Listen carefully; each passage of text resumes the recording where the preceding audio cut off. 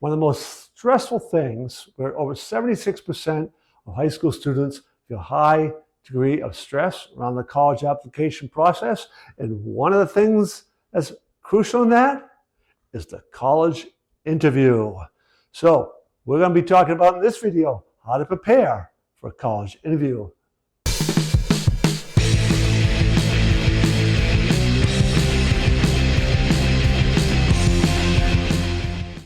We need to begin to talk about the purpose behind the interview, because when you understand the purpose, it's going to help you understand what you need to do to prepare for the interview.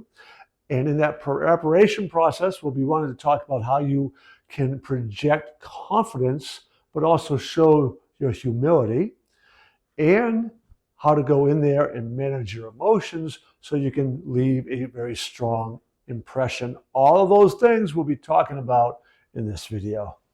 Ultimately, you really need to understand that a college interview, like really any interview, the person who's doing the interviewing is trying to get to know who you are.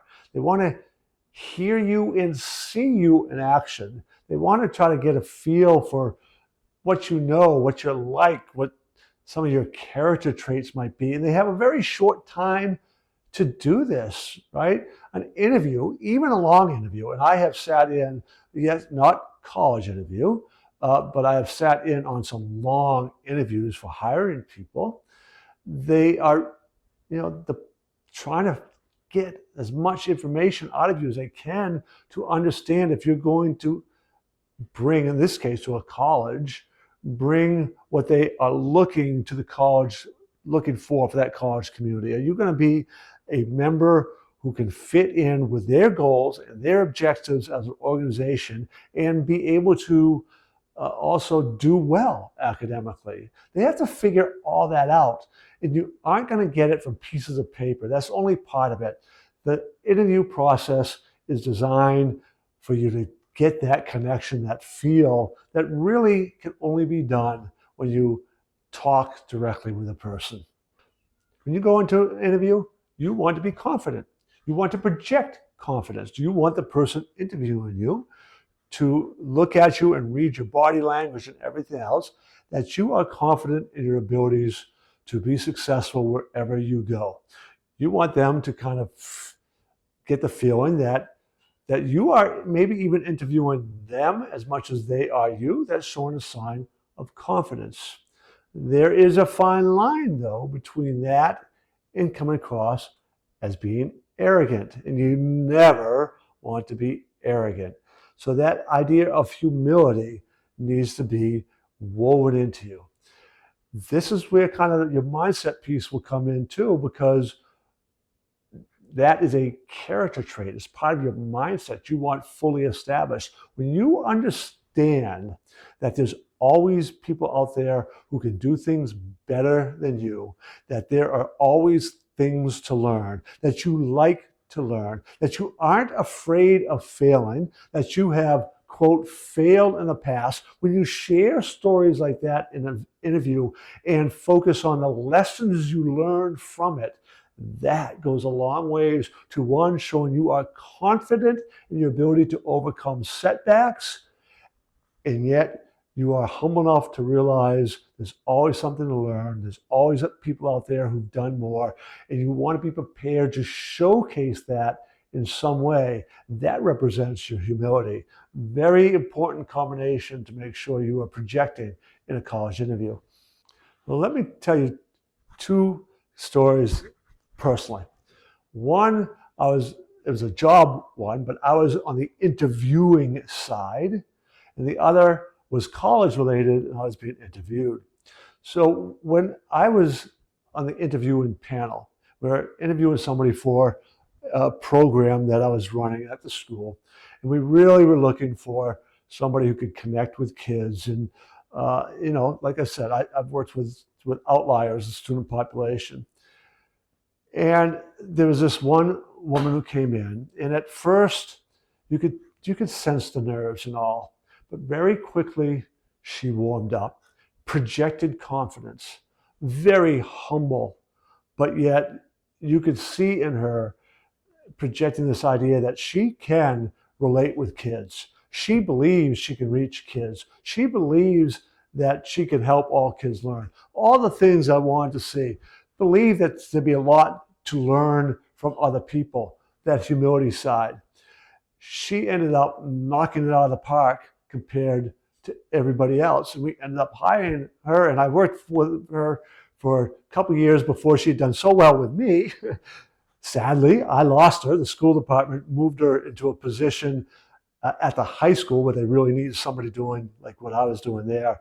But we are friends to this day, in part because of that interview and how well she did in it. The second interview was one where I was applying for a college program when I had decided that I wanted to get into education.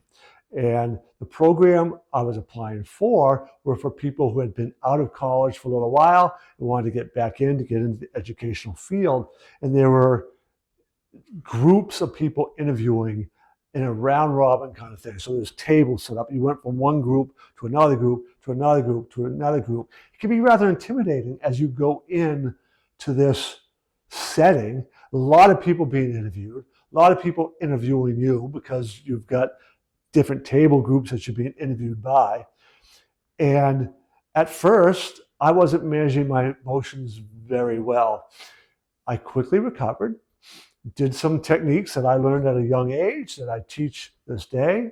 And by the time I'm getting towards the end, I felt like I was on.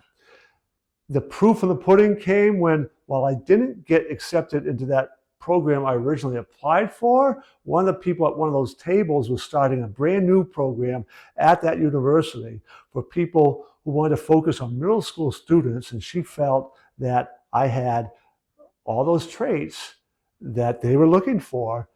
But long story short, I got into that program, spent most of my career working with middle school students, and I was able to manage my emotions well enough that to project all those other things that they were looking for. So in both of those stories I just told, why I got into a different program than what I had originally was applying for, and why that person got the job working with me, and we've been friends to this day, is because in each case, she and I and the other one created a memorable impression.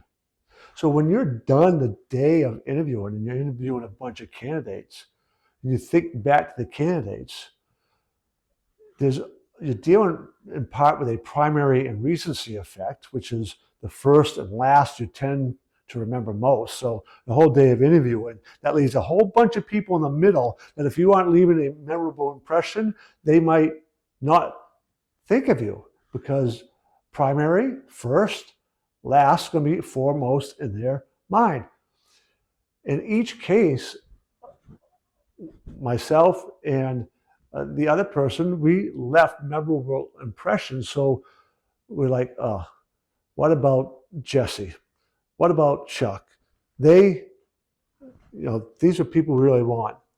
And in each case, she got the job working with me, and I got into another program. As we wrap up this video, I trust that you took something of value out of this, and I would encourage you to subscribe to our channel so you can check out other videos. But you also might be interested in registering for one of our free webinars, in particular, Empower in Excel. That will go into all kinds of skill sets that would be great for understanding as you prepare for interviews. So register for that, check that video out today, and go out and live life to your fullest, and come back and see us again.